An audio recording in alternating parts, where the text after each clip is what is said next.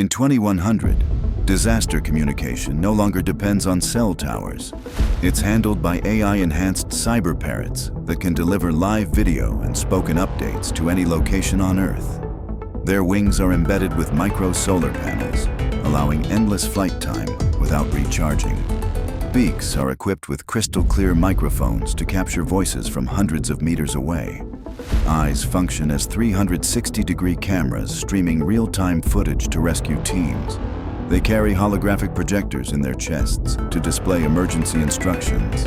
AI voice translation allows them to speak in over 200 human languages instantly. Their claws grip onto moving vehicles for airborne piggyback rides into disaster zones. They can store massive data in internal quantum chips for offline delivery in blackout areas.